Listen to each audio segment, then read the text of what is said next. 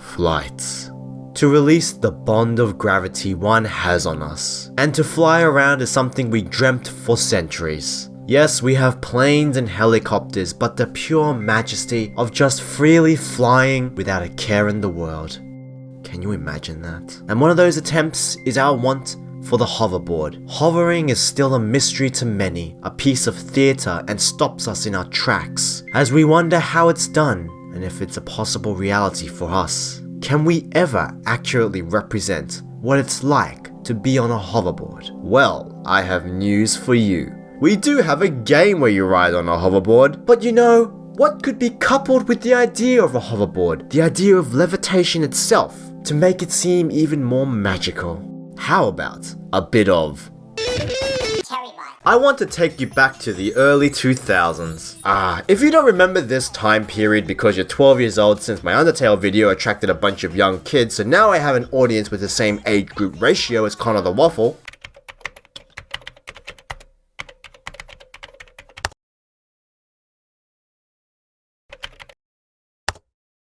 Allow me to remind you what it was like. Are you a cop? Yes. Well, fuck you. It was a dark time when Nikki Webster was giving out strawberry kisses, graphics looked like this and it was passable, and mobile phone ads were selling house spawn as ringtones. But within all this misery of anti-authority, edginess and backwash 90s, there was a light. A single ray of light to help us kids through this rough patch. Well, okay, also the PS2. And I'm not unfamiliar with the PS2, hell, it's probably my most talked about consoles that I review games on. And there are so many games that I love and have deep memories with. Regardless of all these games giving me such vivid memories, there was one game that I could not, for the life of me, remember properly. A hoverboard skate game. Whoa. My little mind was blown away by the prospect. I would play the demo for hours on end. So, how does a demo that had such an impact on me demote itself to just a distant memory? Why didn't I pick this up as soon as it came out? Because it was never released in Australia. Big goddamn shock.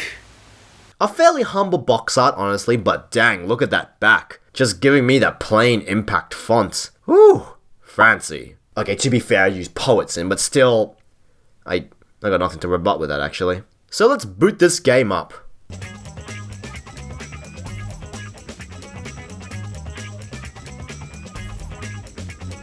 Man, what groovy music. I especially love the, oh shit, my CPU is through the roof noise.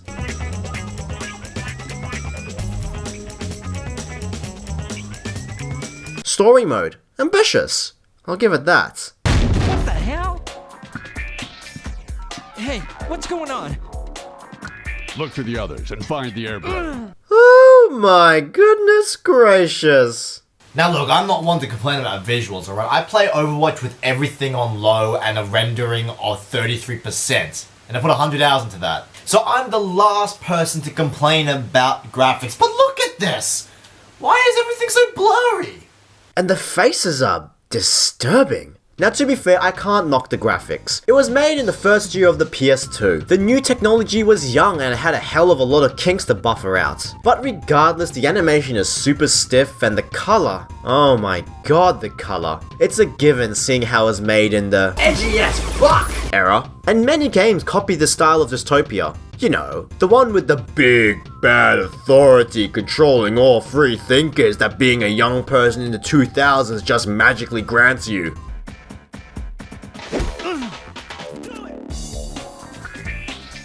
Alright, how can you not see them? You shouldn't have. What the? Wow, I really felt the impact of that hit. If by impact you meant the waft of air from a foam sheet that wouldn't move an ant. And now it's time to ride a hoverboard.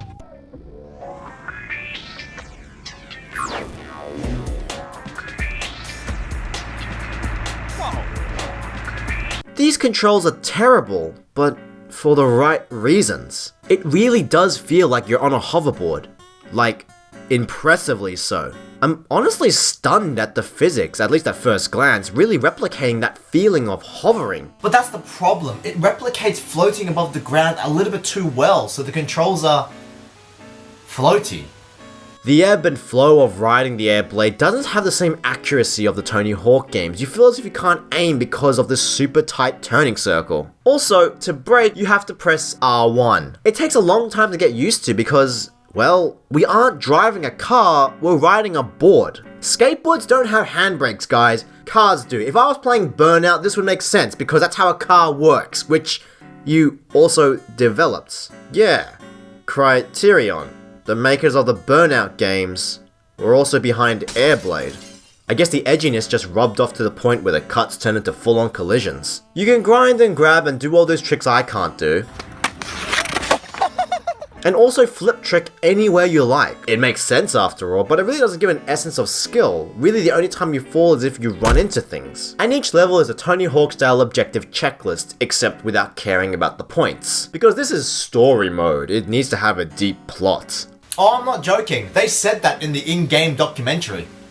And kind of when you start a level, you have a little bit of the stories unravel to you. What's going on? They must be after that package Oscar brought back from work. Well, let's go give it to No him. way, dork. I'm gonna keep on coming back to you. An AirBlade rather than something that's in contact with the floor. A hoverboard. Yeah, a hoverboard, you know, it's kind of... So the first objective is to defeat some guards with your board. That was easy. So after I beat the cops, you have to grab this pole.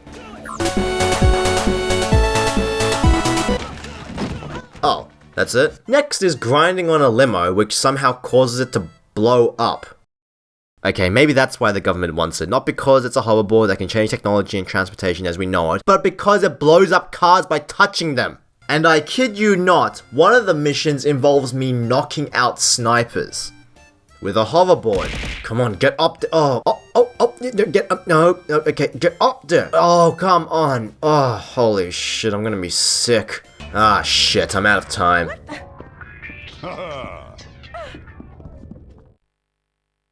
Truly terrifying. I really feel for whoever you are. What? I've gotta do all these missions again? That's right, you fuck up, you gotta do all the missions again. This may seem minor, but I had to do this level 6 times. 6 times. Because I had no idea how to do that final mission until I found this pole that you need to swing on. If you mess this jump up, you have to climb all the way back up there to get another shot. But, by some miracle, I somehow finally beat the first level. Dude, tell me you were watching. I was pulling some bitchin' moves Come on, back there. hot dog. Let's get away from that chopper and find out what's going on. It is story-led, so it's obviously quite character-driven and things. Dude, tell me you were watching. It's basically the same shit each time. Destroy things, vandalism, fuck the government, while some cyber hacking matrix shit goes on. Because this. And now we have to sneak into an Area 51 type place. On a hoverboard. What you just said is one of the most insanely idiotic things I have ever heard.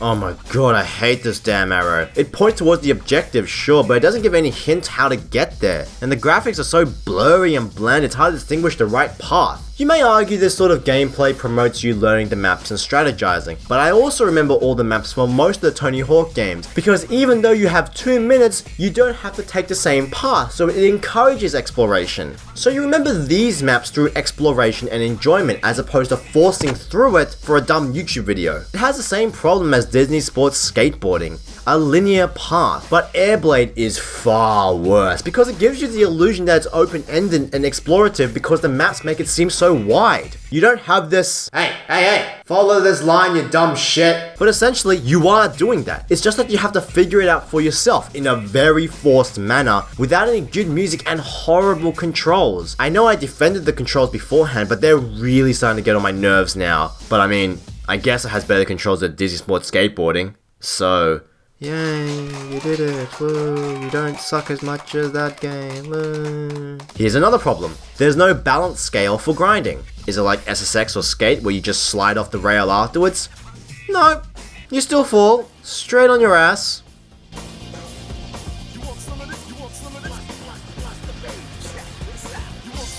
And we're back. So this is the second last level. You're on top of skyscrapers having to do a bunch of missions while grinding to each tower top. It's a pretty cool concept for a bunch of linear missions, but there's one problem. One big problem. So, play any skate game.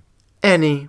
What happens if you go out of bounds? They reset you. Maybe a little penalty, but usually they put you on the right track. You know why they do that?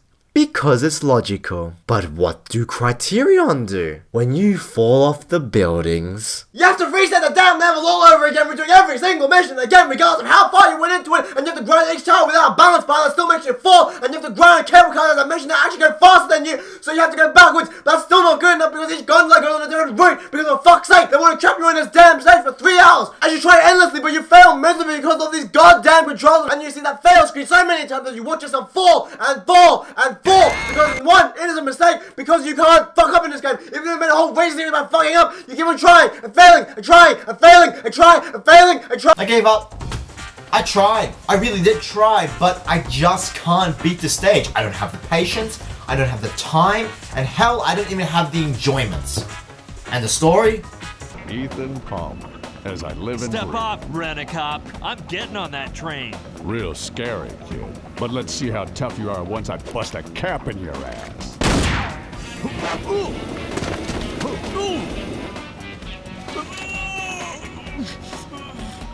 One thing that we all decided on for this title was that we were going to use American voices, and we wanted to get it to be really, really authentic. Real scary, kid. Don't get me wrong, I can see the effort and passion that went into AirBlade. If I was 10 years old, I would have eaten this up if I had no access to other skate games. I would have loved it. But as it stands, it pales in comparison to other skate games that existed back in those days. Which is a shame because it's really interesting and exciting to see something new in the skateboard genre. You know those dubstep songs that have an amazing build-up only to be ruined by a mediocre drop and terrible main? You know, like all of them? This is what this game is to me. After being stuck in my mind for so many years, to finally discover and play this game is bittersweet. But there are so many mistakes that this unique early PS2 graphic charm of AirBlade was really ruined for me. Maybe we'll never achieve flight. Maybe we'll never get the AirBlade. Maybe the idea of a hoverboard is best left forgotten. TerryByte! Whoa! Who are you? I'm you from the future. Yeah. You didn't have to interrupt me there. Whoa. So how come your hair isn't grey and you don't look old? Because wigs and makeup are expensive. Ah, well, what are you doing here? Didn't you know hoverboards exist? Really? In the future? Not at all. They invented it recently. A what? Come, Terry, to the DeLorean? Well, actually, I was gonna say the internet because it's already invented. You know, you can just look it up right now. Oh, but... DeLorean! Okay, fine. Come, Terry, let's go back to the present. Oh boy!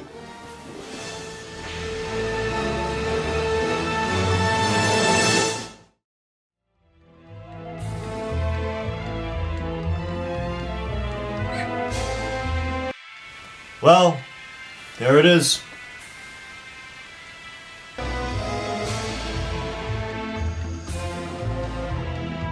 A lot of people are watching this. I hate YouTube.